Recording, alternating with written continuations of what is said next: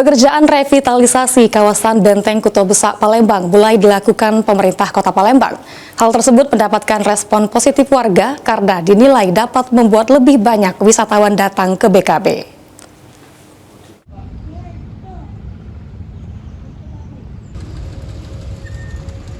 Pengerjaan revitalisasi pelataran Benteng Kuto Besak atau BKB Kota Palembang sudah mulai dilakukan. Dari pantauan tim PAL TV pada Jumat 31 Oktober 2025, terlihat sejumlah bagian seperti pagar pembatas hingga paving block di BKB Palembang sudah dibongkar dengan menggunakan alat berat.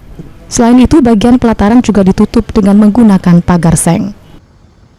Pengerjaan revitalisasi sendiri sudah jauh-jauh hari direncanakan Pemkot Palembang untuk menjadikan kawasan BKB lebih indah sebagai salah satu ikon pariwisata Kota Palembang. Revitalisasi BKB Palembang menuai beragam komentar dari warga yang mayoritas memberikan dukungannya agar kawasan BKB dapat lebih ramai dikunjungi wisatawan. Namun diharapkan proses pengerjaan dapat selesai dalam waktu dekat karena membuat pedagang kaki lima kesulitan berjualan. Ya bagus kalau dia bagus ke tuh, nak dia bagus ke. Cuman jangan lama-lama kami nak jual.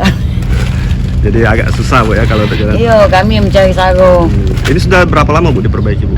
Sudah seminggu Pak. Setelah seminggu ini ya. Semakin ramai lah. Banyak pengunjung dari luar kan datang ke sini. Kami sebagai pedagang kaki lima ini insya Allah laris dengan adanya banyak pengunjung ini.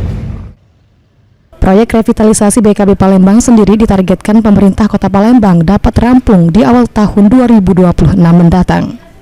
Sandi Pratama, PAL TV.